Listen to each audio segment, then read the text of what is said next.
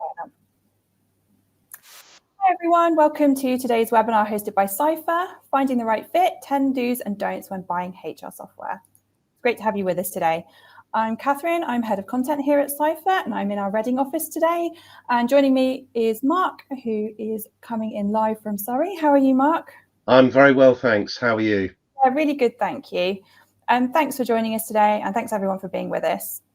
Just a quick look at our agenda today. I'm going to give you a whiz through who we are and what we do, and then I'm going to hand over to Mark, and he's going to take you through the do's and don'ts of choosing the right HR software.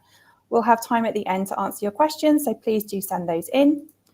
You can get involved using the live chat. Please say hi and introduce yourselves, or raise any questions, comments, or queries in there, and we will tackle those as we go.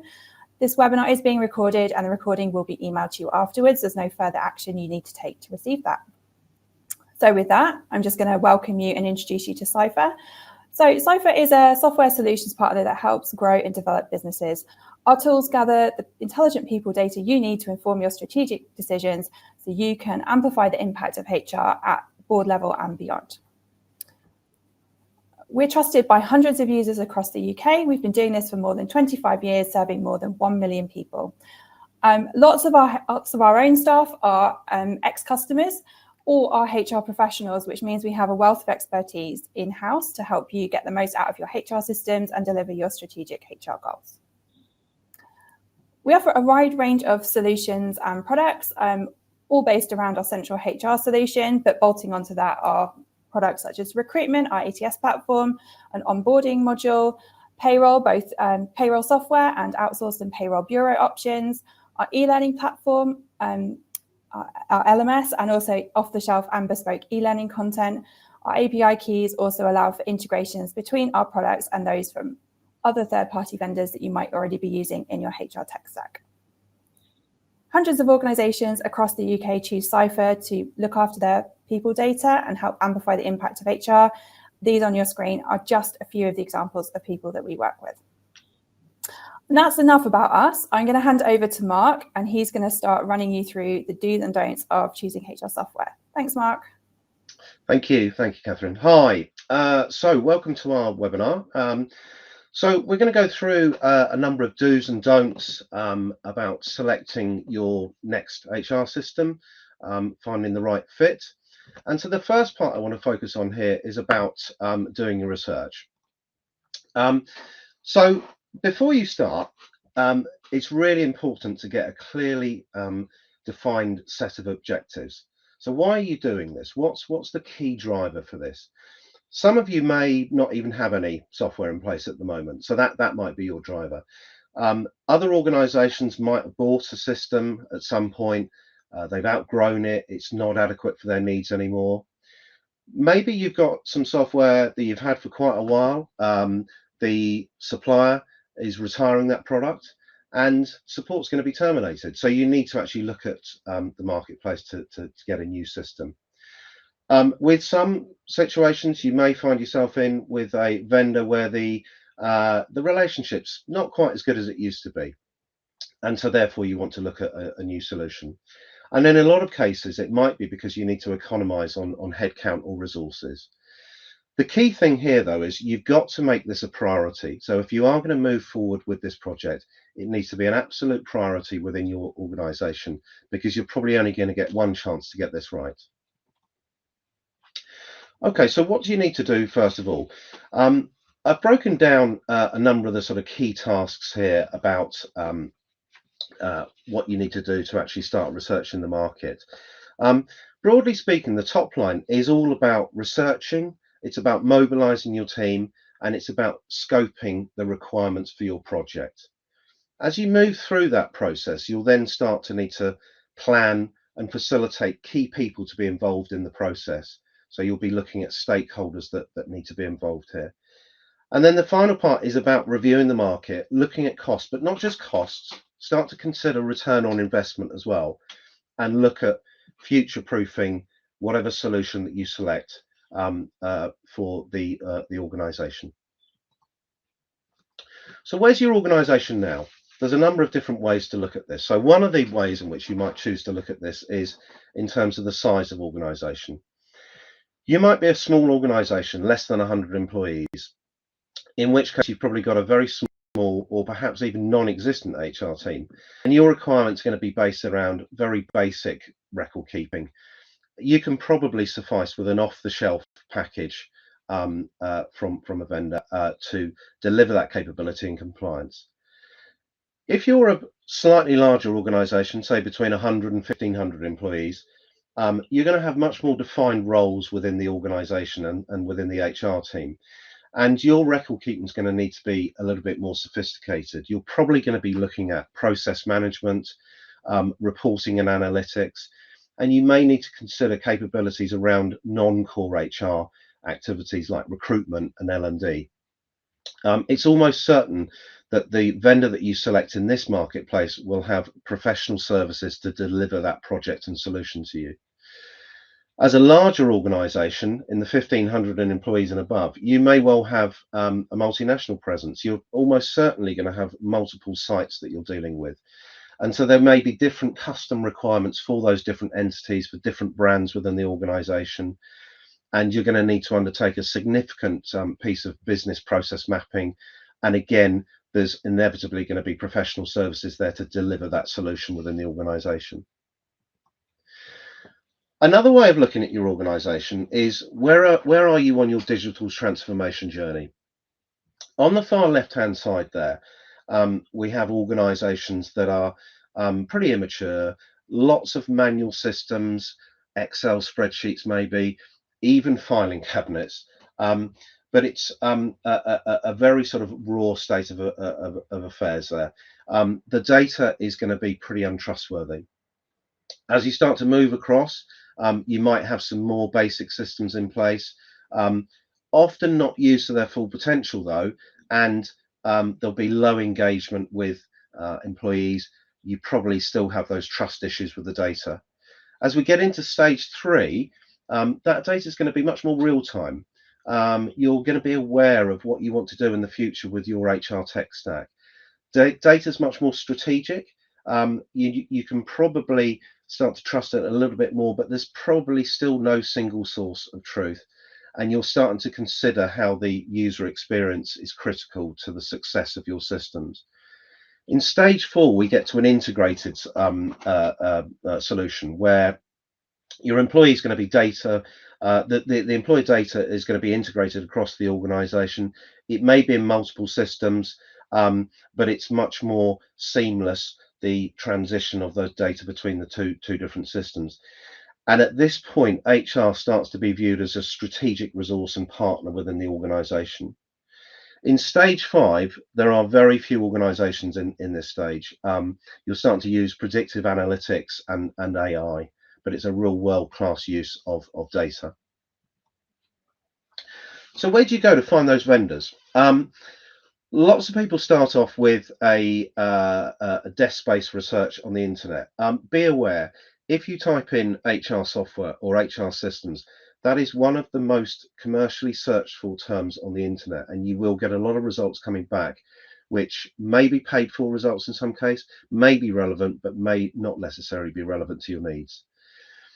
If you're looking at the UK market, you might want to actually consider going to software shows. There's plenty of these software shows that go on specifically for HR, L&D, recruitment, and so on forth. And you can start to find a selection of vendors there. Plenty of journals out there, both in hard copy and online resource. And again, they can give you pointers to suitable vendors that you might want to work with. And the final option really is to contract a specialist. So a system selection partner who works within the world of HR software, who can actually draw upon the right organizations for your kind of needs. So how's this groundwork going to benefit you? Well, it will only benefit you if you do certain things in the right order. So one of the things that you need to do is to consult really widely in your organization. Identify the key stakeholders. They might be buying stakeholders, so people who actually hold the purse strings, but they might also be user groups. So identify all those different stakeholders, get them involved really early on and start to understand their pain points. So you may have pain points within the HR team, but your wider group of users have different pain points. So it's really important to understand what those needs are, so that you can engage them, involve them in the process, keep them engaged, and that way give them fewer surprises as the journey progresses. Okay, requirements. So you need to engage with those stakeholders and really gather those requirements at a very granular level to get that buy-in. When you've got those requirements, you can start to translate them into scenarios. So what's the real world implication of this? Once you've got those requirements, you're probably going to want to prioritize them. So quite a useful framework to use is what's called the Moscow framework. This helps you identify functions and features that are must-haves, should-haves, could-haves, and won't-haves. So it allows you to really prioritize what's important within the project and the key things that you need to achieve. As you start to define those requirements, you'll probably refine them. Don't over-engineer them, and start to review your existing processes, which I'm going to talk about a little bit in more detail in a moment.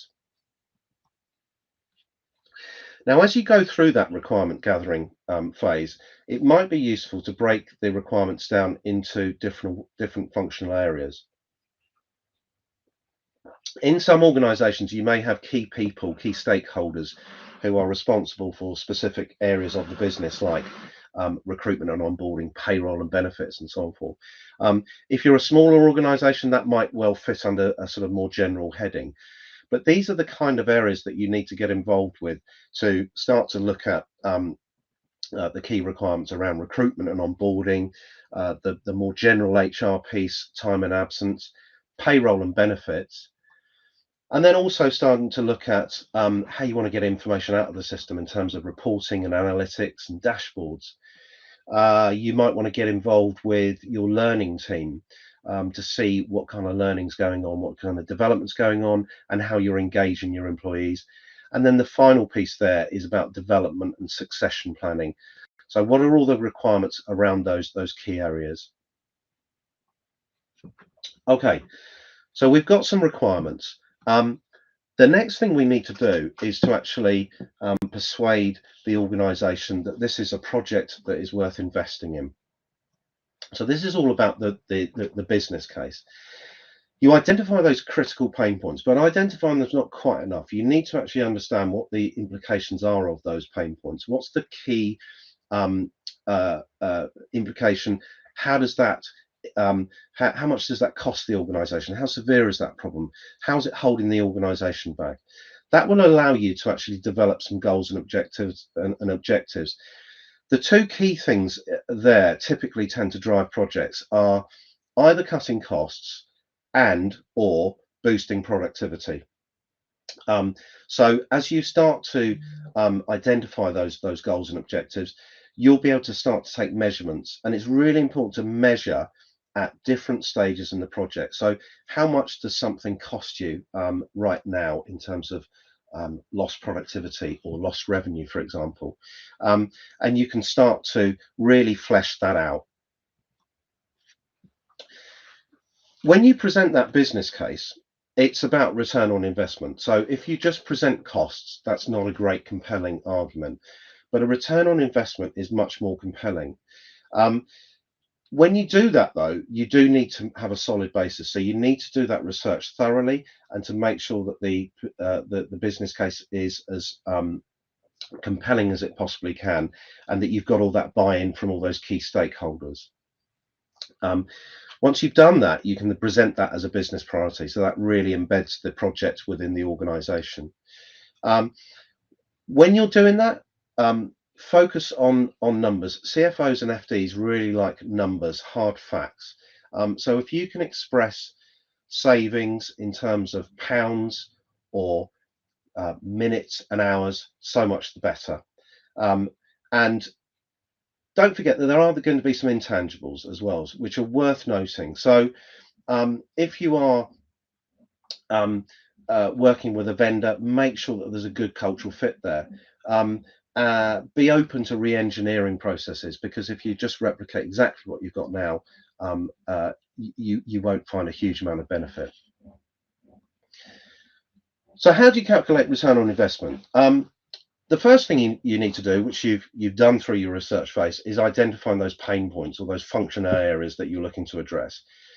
And what you can do is you can look at that individual task and define how much it costs or how much time it takes to do that task at the moment.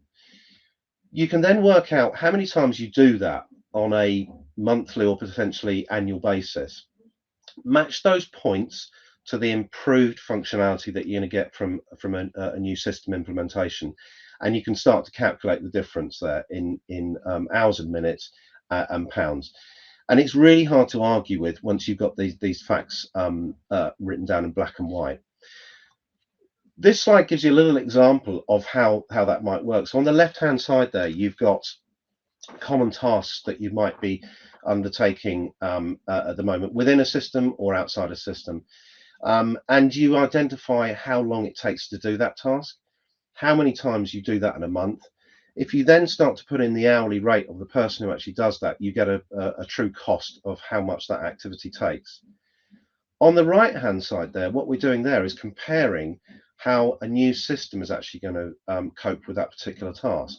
So you can start to see very quickly how you save money and time. So whether your organization wants to look at time saving or cost saving, you can present both options there. And when you present that business case, what you're looking to do is to create an overarching vision for your HR tech change program. And it needs to feed into the organization goals of the vision and mission of the organization. But essentially, you're setting out a set of clear parameters, clear HR priorities, why you're doing this, and what the results are going to be when you implement that change. Okay, so what about the HR tech stack?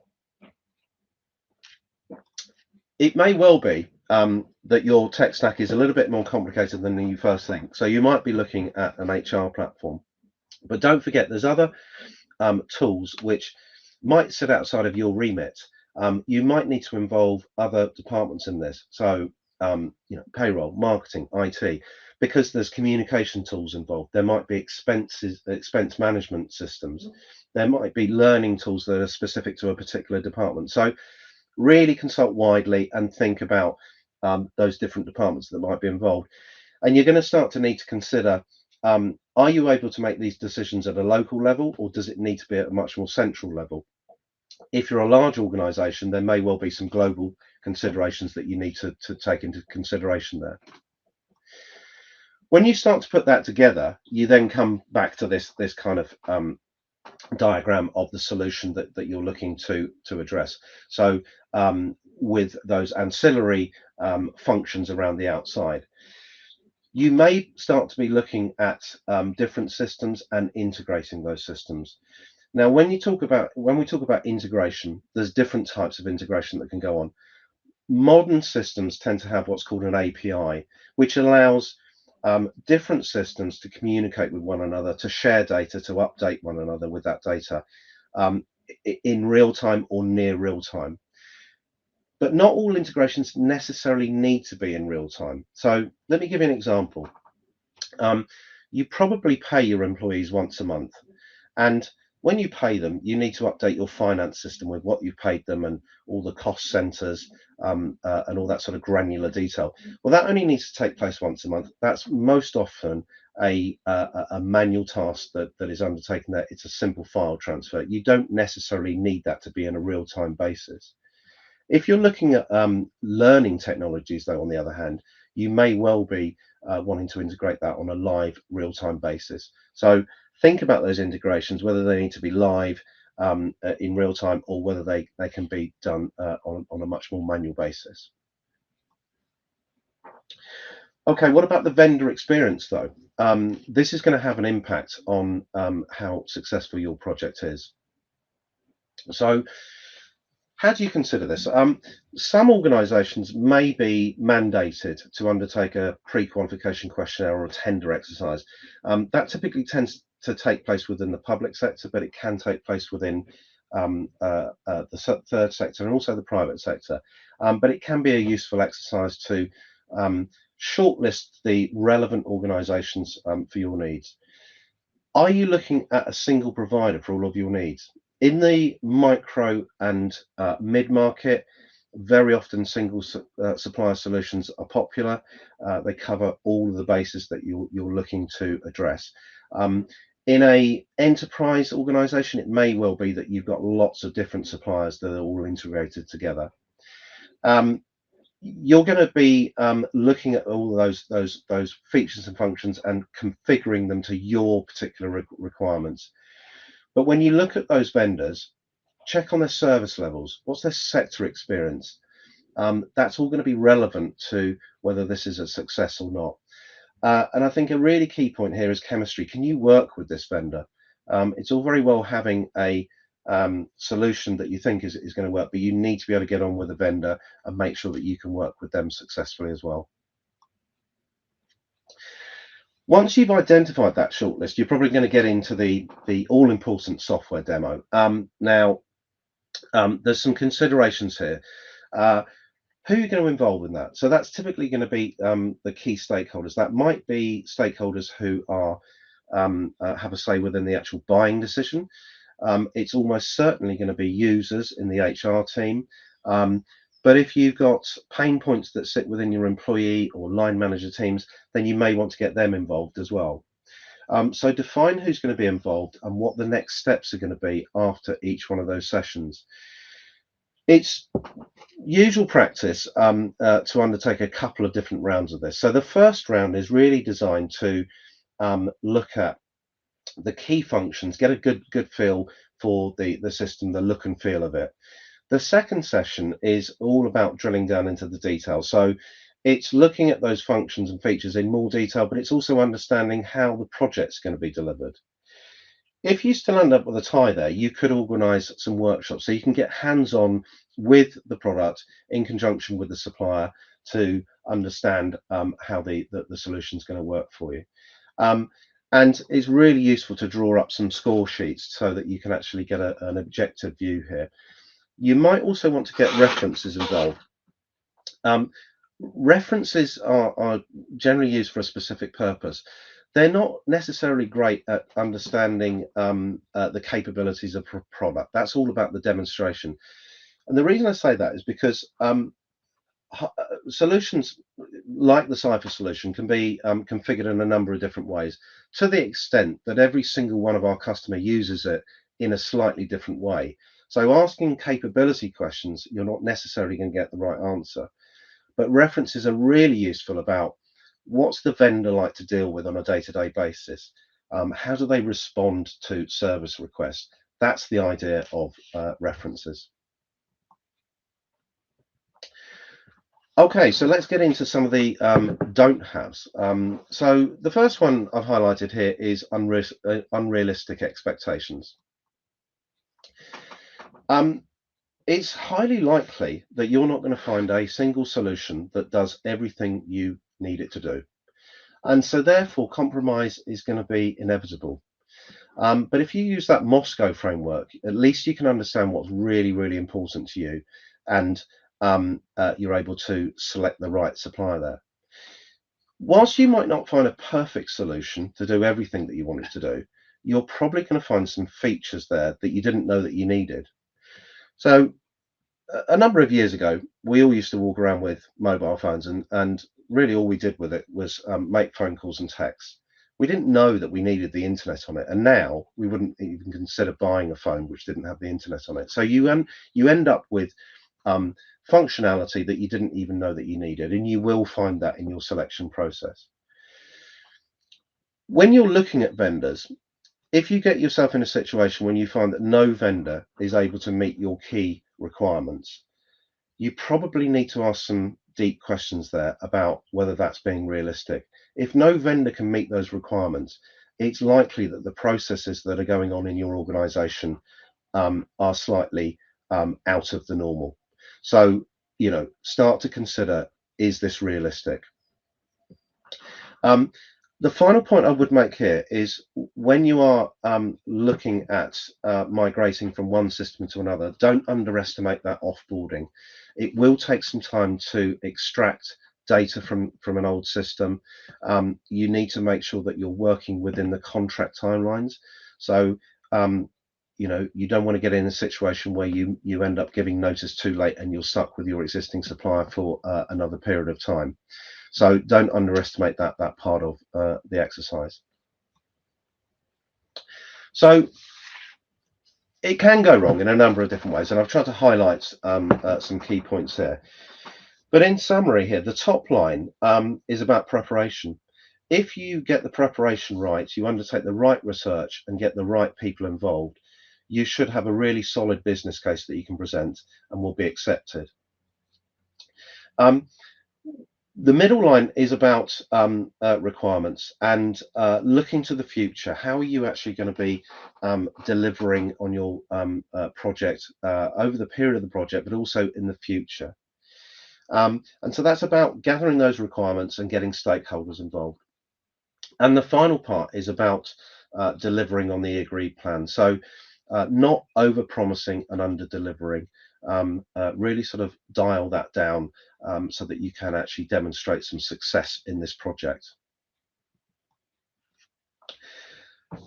Data is a really key bit of your implementation. So when you're looking at moving suppliers, talk to your selected vendors, the shortlist, get an idea of what their data template looks like. Don't necessarily fill it in at that point because you might not necessarily go with that vendor, but get an idea of what data they're going to require.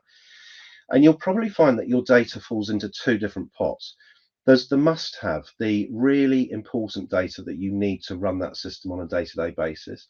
And then there's the nice to have data. So you can actually start to potentially look at doing multiple data migrations depending on the speed at which you need to go. Think about GDPR. Where does the data sit? Is it going to be hosted in the UK, in the EU, or the US? Your organization will be interested to know where that data sits. And also make sure who owns the data. You should own the data. It's your data, your organization's data. It's not the vendor's data. When you start to go through that data migration process, don't walk by any mistakes. If you find mistakes in the data, clean it up as you go.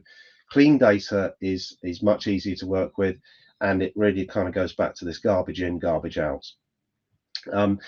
Get involved with your supplier, get their advice, understand what they can and can't do, and what do they recommend that you do to make this a success. Okay, don't try to replicate what you're doing exactly now. I have come across a number of organizations over the years who are replicating processes in their system for no apparent good reason. And often what it comes down to is that a system was implemented many years ago, which constrained the way in which the organization had to operate, and they had to operate in a certain manner, adopting particular processes.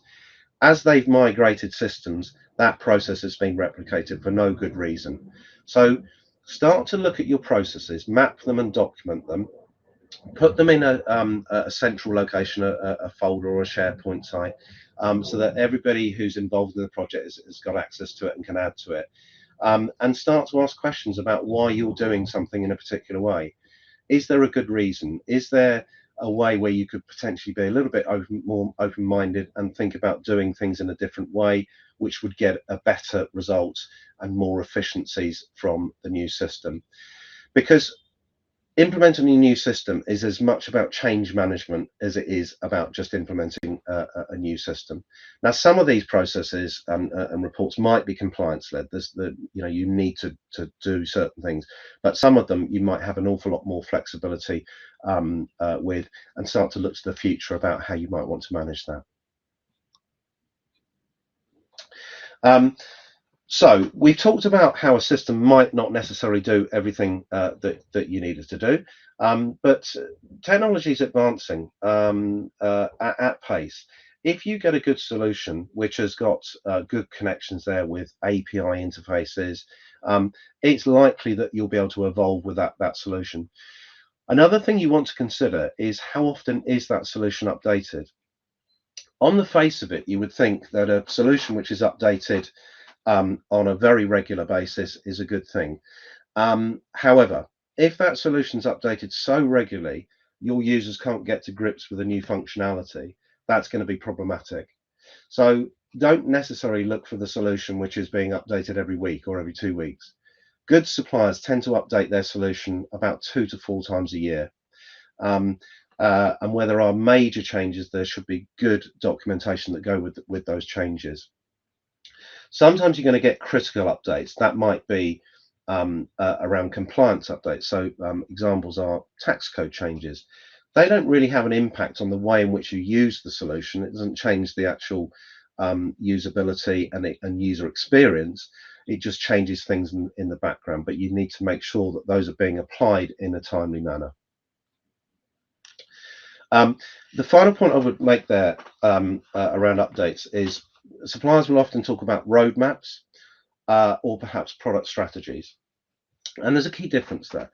Roadmaps are quite fixed. They define pieces of functionality that will be delivered in the product. It doesn't allow for a great deal of flexibility for either the vendor or the client. And if new technologies appear, it doesn't really accommodate that. A product strategy, on the other hand, is much more overarching. It defines where the product is going in the future and will allow the vendor to bring in different technologies and different ideas as part of that strategy going forward. And that's probably a more useful way to look at what a vendor's doing with their product rather than looking at a physical roadmap.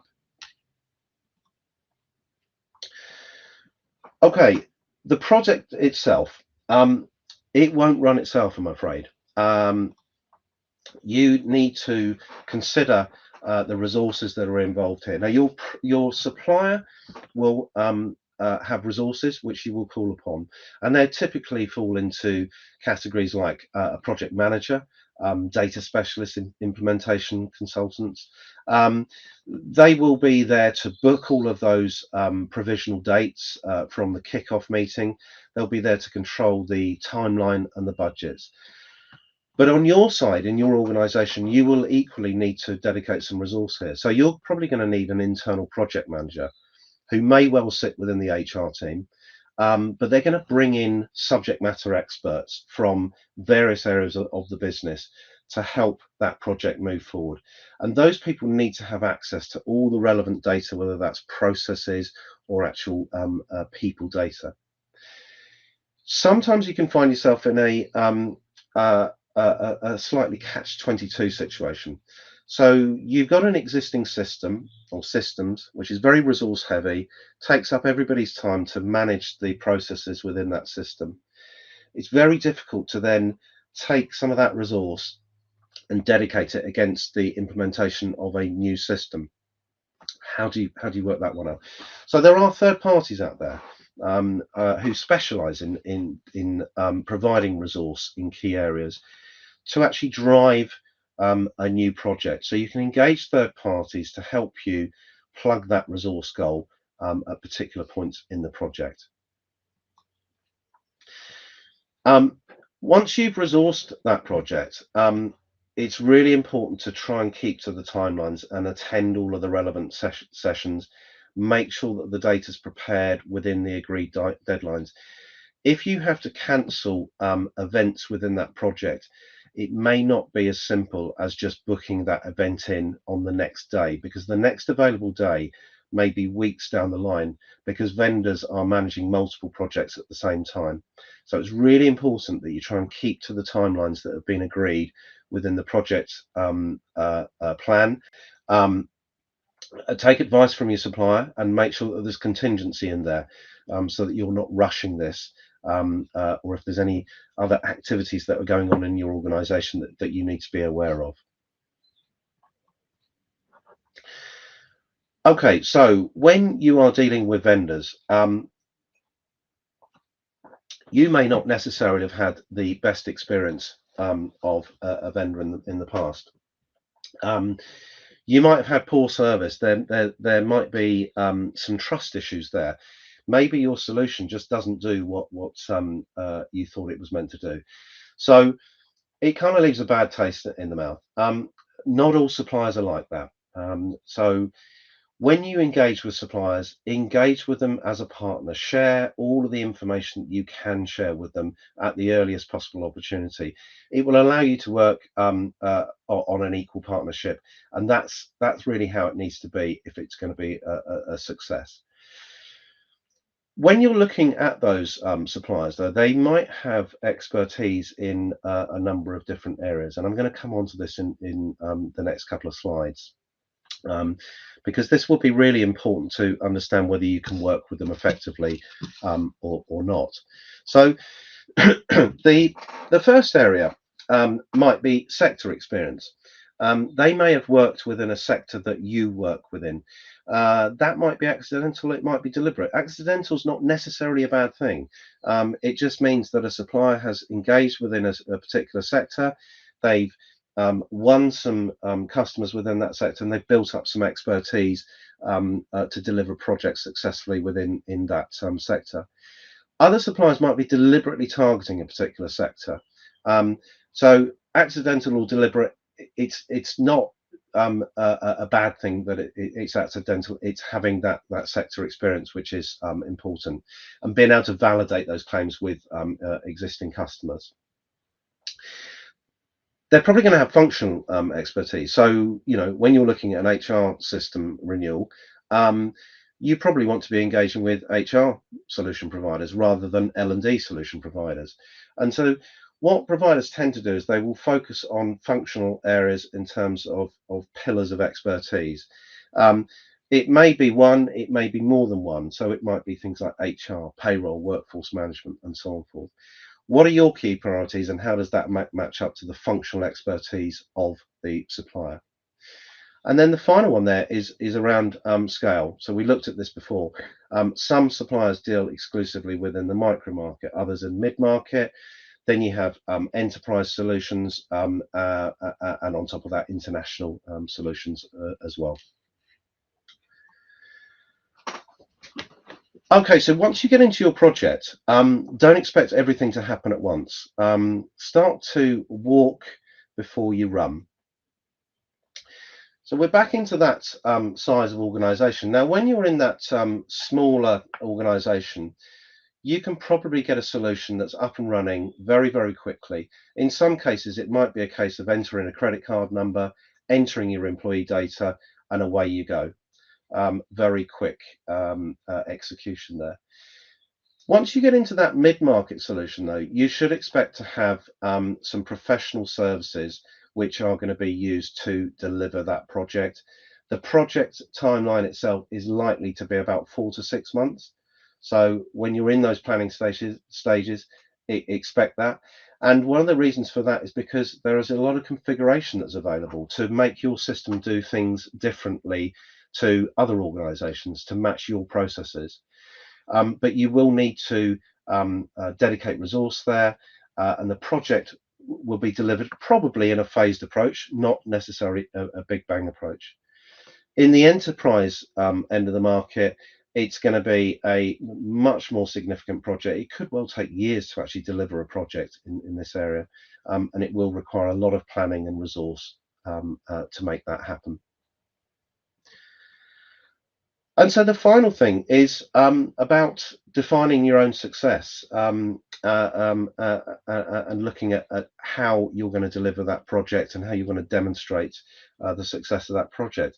And it kind of comes back to the initial points, really, which was around addressing those critical pain points. So once you've addressed those, you measure them and you start to look at how the new system has impacted on those pain points, and you can measure it at the beginning, the middle, and the closure of the project, and also on an ongoing basis. You will have some quick wins there, that you can deliver some key functionality and automation very, very quickly.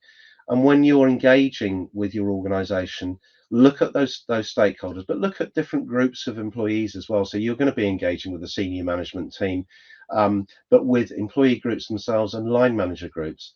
And if you start to engage them right at the beginning throughout the whole process with those measurements and start to show them how things have moved along, you will have a successful project there. So that's my piece. I'm going to hand back over to Catherine now, who will give you a little recap on what we've covered. Thanks, Mark, for all of that. That was really great, like super comprehensive, and we can obviously tell you've got stacks of knowledge in the HR software space. So thanks for sharing that with us. I'm going to give you a little recap now, mostly to give Mark a little bit of a rest. And then also, this is a time where if you've got questions for Mark, please send them in using the chat, and we will discuss those in a moment. So I'm just going to run through some of the key do's and don'ts that we talked about today, starting with researching the market and understanding your own requirements. Think about where you are on that 5-stage digital transformation journey that we talked about, and consider your organization size and sector. What are your non-negotiables? And what are the things that are your nice to have but not essential maybe for this project or for this point in time? And that brings us on to point 2, gathering stakeholder requirements and consulting widely. It's useful to use that Moscow framework that we talked about, the must-haves, should-haves, could-haves, and won't-haves, to understand what is in and out of scope of this particular project. Define those requirements and refine them until you've got your absolutely critical list. And when you're pulling that list together, consider integrations. Are there existing tools in your HR tech stack that you can't do without, that your new central HR software absolutely must integrate with? Prepare the business case. You've just got the one chance to get this right. Don't make assumptions when you're putting that together. Make sure that your business case is rooted in concrete evidence and data where possible. Think about putting together those calculations on return on investment. If you've not done that before, it can be helpful to work with a colleague maybe in another department like finance or marketing, where they're used to building this business case and doing the financial sums. They'll be only too happy to help. They're your friend, not your competitor, when it comes to securing investment in software. Position this as a business priority and really make that case to your key stakeholders. Think about your whole people tech stack. Are you looking to replace all of the elements that you currently use? Are you looking to switch in and out certain elements? It could be that this project is to replace your central HR software, or it could be just replacing your LMS software. All of the considerations we've talked about today are equally applicable for whichever part of that tech stack you might be swapping out during this particular project. So thinking about dealing with vendors, sector experience can be absolutely invaluable. You'll be looking for the closest possible fit for your needs. We talked about how there is no perfect solution. If you're struggling to find the perfect solution, it may be that you need to reconsider your requirements. I liken it to thinking about when you're moving house, whether for renting or purchasing, it's really unlikely that you're going to find that perfect property that checks all of your boxes. There are some things that you can and can't do without, and that kind of applies in this scenario too. Also, interrogate the vendor about their experience, their service levels, what expectations you can have for them around upgrading software and new releases, and whether you get that chemistry right, whether it feels like the organization's values align with your own, and that you can really see yourselves working with these people for the long term, because it's not just about the project in front of you to deliver and implement and switch over your HR software. It's about an ongoing partnership over the course of the contract, which could be 3 or 5 years, for example, to really make the most out of that investment. We've mentioned before, no system can do everything, so be realistic about your expectations. Have a clear plan for managing the project. Unfortunately, as we've mentioned, it won't run itself. You will need a clear project plan. You will need a point person. If you don't have that capacity in-house, consider working with an external agency who are specialists in this sort of project. Don't run before you can walk. Think about resolving those pain points right at the front. Consider how technology and the digital transformation landscape is changing. Think about the quick wins that will secure you buy-in and goodwill from your senior leaders and managers, for example, and think about whether your implementation project should be phased, like will you start with particular modules before others and then add on others as you get more accustomed to the system. So that's a really, really quick recap. We have time for your questions now. We haven't had any questions in so far, so do send them in during the chat if you have any. It might be that Mark has covered so much already that we don't have any questions remaining. Oh, thank you, Brett, for sending a question. They're implementing finance and HR systems. Would it be advisable to do this finance system first or the HR one? What do you think, Mark? It's a good question, and it's probably difficult to answer because it probably comes back to what are the key requirements, what are the key pain points within the organisation. So, you know, if the finance system is being implemented to address specific issues within the organisation which sits outside of the HR remit, it may be that you could actually do them in tandem.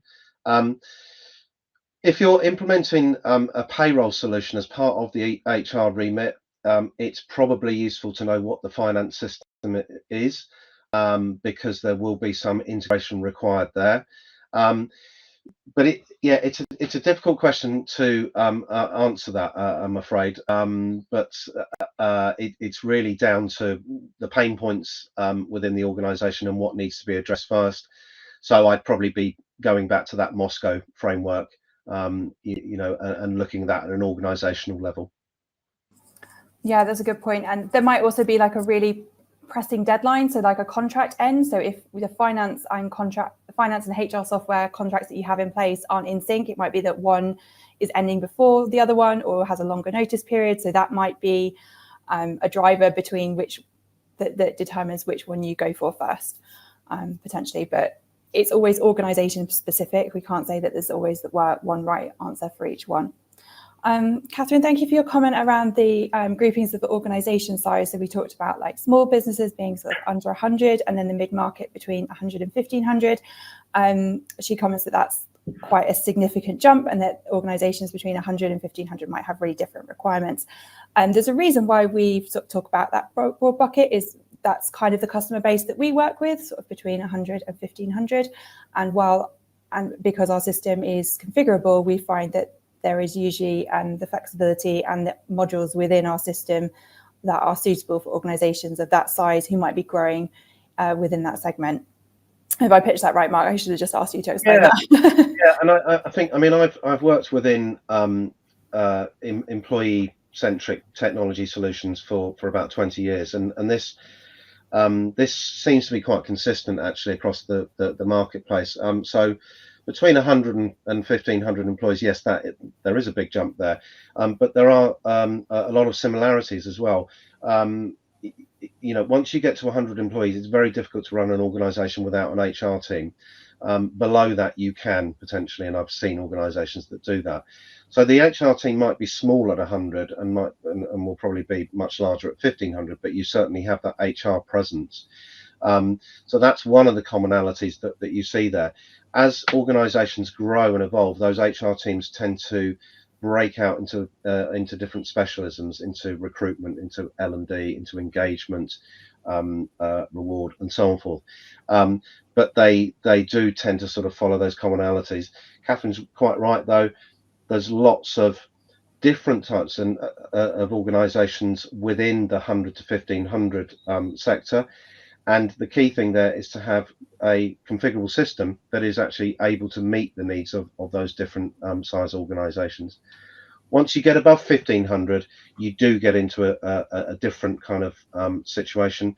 It's unlikely that you will have a single site with 1500 employees, some manufacturing sites perhaps, but they will almost inevitably have multiple sites. They very often have an international presence at that point, so you're talking about compliance with multiple regions then, so you do get into a very different kind of situation at that point.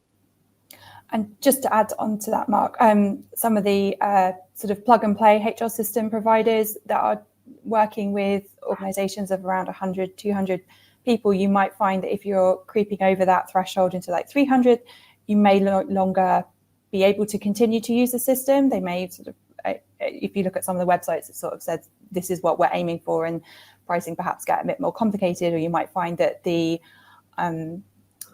sort of functionality is not exactly what you need as a growing business. So organisation size does play a part, although it's not the major driver. It's all the elements that we've talked about come together to help you find that dream HR vendor. Mark, I just want to just set an option. Like if anybody wants to find out more about our HR software, you can use the button on your screen now to book your personalized demo. We'll get one of your experts to give you a ring, find out what your challenges are, and then we can organize a personalized tour of Ciphr, of any of our solutions, whether that's central HR, payroll software. We'll talk to you about our payroll bureau service, for example, and feel free to opt in if that's of interest to you. Mark, we covered a lot of ground today. Is there one key takeaway that you'd love people to just remember as they move into their next or current HR system selection project? Yeah, I think preparation's key. Understand that this is a change management piece. It's going to have a significant impact on your organisation, and hopefully that impact will be positive. To make that impact positive, you really need to prepare the groundwork.